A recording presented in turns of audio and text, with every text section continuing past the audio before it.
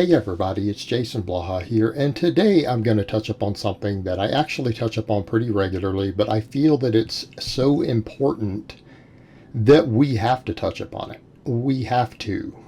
And that is the importance of tricep training if you want to be really and truly strong. Now, some people will say silly stuff like, well, maybe you mean just a bench press. Well, bench press is a legitimate test of strength, and I promise you, when other men ask you how strong you are, they're going to care how much you can bench press. They're more impressed with that than your deadlift. But it's not just the bench, it's also things like the overhead press. Triceps tend to be a very, very common limiting factor in these, simply because triceps are a major part of all of our pressing movements, but they don't always get to their minimum effective volume, and they don't tend to get anywhere near their maximum recoverable volume purely from pressing. So there's something that if you're doing minimalist type training, which I did for a while, and my bench press suffered tremendously back before I got fully back into conjugate again and realized quite some time back that it was the way to go. It's what I teach, what I coach, what I use myself. But my triceps were lagging, and they're still lagging. They're still a weak point for me in spite of large amounts of tricep specialization, because again, I have to get caught up. Because again, my numbers are elite with certain movements, and my bench is not one of them. So there's a lot of catching up to do. There's going to be years. It might take me another 2 years to get my triceps caught up to the rest of my musculature. So don't make the mistakes and do what I did. But we need to talk a little bit about tricep specialization, because when we're talking about training triceps for overall strength, what you need to remember is that we're not concerned with the show muscle aspects. In other words, we're not worried about getting that stretch on the tricep. Everyone in the bodybuilding world tends to be focused a lot of times on stretch position movements, right? Where you get a deep stretch on the tricep. Well, that causes a lot of DOMs, and it doesn't necessarily build the triceps in a way that's going to be conducive to pressing strength. Okay, so don't worry about things like behind the head extensions and behind the head French presses and all this stuff. We need to be worried about building the triceps down near the elbows. Okay, that's where we need to be worried about building it. And I'm not saying the rest won't grow, because the rest will grow. But you really need to have it strong down there if you want to be good at pressing. So what all do we use? Well, I would recommend a variety of both multi-joint and single joint exercises. So when we're talking about training stuff, are we talking about big movements, heavy movements? Yes. Are we talking about small movements? Yes, we're talking about those also. Because if you have a muscle that's a big priority for you or a weak link for you, you're going to need both. Okay, you're going to need both. And that's universally true no matter what your training goals are, whether you're just trying to look jacked or you want to be brutally strong. That same rule is going to apply. It is going to apply. You're going to need to train some of those muscles directly. But a lot of our base building can be done with big movements. Close grip pressing, like you see me doing here. In fact, I do it with several different barbells. Right, I have 4 totally different barbells I can use for close grip pressing. Got the buffalo bar, got a normal straight power bar, got the axle bar, and I've got a football bar. They can all be done for this. And it changes the emphasis, changes the focus, and that's the thing to remember. We've got to change these things up. Not because of muscle confusion, not the goofy bodybuilding principle, but because of overuse injuries. Also making sure that we're fully developing the different angles of the muscle, because that can matter in terms of our strength curve. We can do bands over them, we can do chains over them. There's a lot of different stuff we can do. Weighted dips, which you guys see me doing here. Of course, I'm doing these, which appears to be a little more for the chest, but believe me, the triceps get worked on a weighted dip. There's no way to remove your triceps from a weighted dip. Okay, and they are a phenomenal exercise. In fact, both of these movements are pretty much staples for me as far as just upper body building. They're not the only thing I'm doing for triceps, but these are very, very high priorities for me. And you'll find that irrespective of what anyone's training discipline is. You'll go to bodybuilding forums and see bodybuilders talking about close grip pressing, and dips are usually your best base builders for your triceps. Now, no one is suggesting, not even power lifters and strength athletes, that that's all you need. we need to do some single joint exercises. In fact, we might need to do a lot of single joint exercises. I like to do different forms of skull crushers these days. I like to do different forms of JM presses. But one of the problems we run into with a lot of these is that when you don't have chains, like you'll see me doing skull crushers with chains through here, which is phenomenal for the strength curve of the tricep.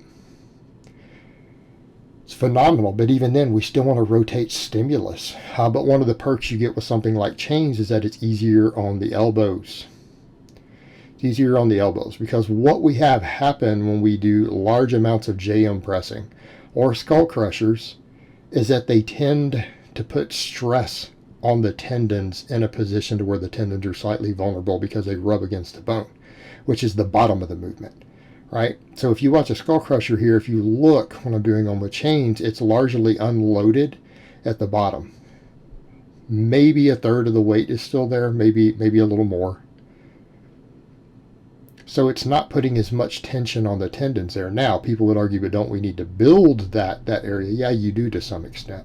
And I'm not arguing that you don't, which is why we rotate stuff like this in and out. But if you do exclusively skull crushers and JM presses and stuff with no accommodating resistance, and by accommodating resistance we mean resistance that changes the weight through the strength curve, the muscle is weakest at that point. It can't produce as much force in terms of moving weight because of the levers of your forearms.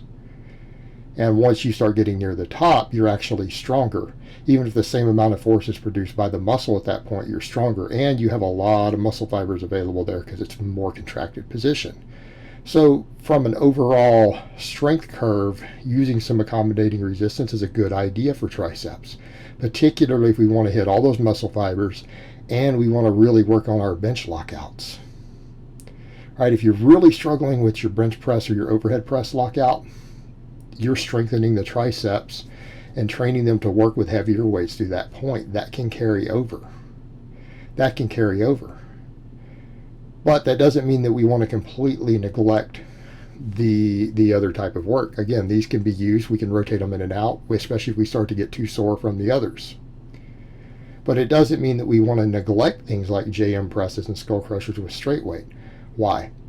Because that bottom position matters. That bottom position matters on the bottom of a bench. You know, people tend to think of stuff like the bench press, and yes, we look at weak links. Yes, it can be pecs or lats if you're very weak in the first inch or two off the chest. Okay? It could be delts when we get to the mid-range. It'll be triceps to the lockout. But that's only the weak links. It doesn't mean they don't contribute. In other words, the triceps contribute to starting the weight also, right? They have to. The triceps are in a stretched position exploding against the bar. So we need to have some strength in that position too. It's just that a lot of times if we want to do some specialization for lockout, the accommodating resistance helps, and it can take some of that stress off the elbows. But I don't want people to think that the triceps do not contribute to the entire range of motion of the bench press, or that the pecs don't contribute, or the deltoids, because they all contribute. And in fact, when you have weak musculature, the bar path will even change to accommodate your stronger muscles through compensatory strength, which is not a good thing, by the way. Another thing to think about is going to be band work. A lot of band press downs. I don't have any filmed here because I tend to do them as restoration work. If triceps are something that you really need to work on a lot, especially when you have any sort of inflammation from doing lots of skull crushers, JM presses, things like that, your tendons need to be healthier. You need restoration work for your triceps. So that means really high rep band press downs. By high reps, we mean 30 plus. These days, I'm doing those several days a week. I try to get, on average, at least 15 sets of band press downs every single week for my triceps with really lightweight. It helps with recovery, helps with blood flow to the tendons, helps with work capacity. But again, a big part of that is building up those tendons, getting blood flow to the tendons, helping to hypertrophy the tendons through the micro tears the bands create with the overspeed eccentrics. So it's stuff that we want to do to help facilitate that, and it will actually help you do more of the straight weight, smaller exercises. It'll help with those tremendously. But, you know, just like any other muscle, triceps are one of those muscles that can never be too big and never be too strong for strength purposes. No one is ever going to be weaker for having bigger triceps. You're almost always going to see an improvement in your pressing strength by getting them bigger and stronger. All right, so it's a good idea to treat them that way and use a variety of different exercises so that you can put very large amounts of work at them while reducing overuse, injuries, and inflammation and things. So it's a good idea to use these different tools, particularly for a muscle that's very important or a potential weak link for you. If it is, you really need a wider variety of tools, different rep ranges, different movement patterns, restoration work, things like that. It's going to be very beneficial for you to do that. All right, guys, but that's really all I have to say on that today. I hope it's been informative, and I will talk to you guys next time.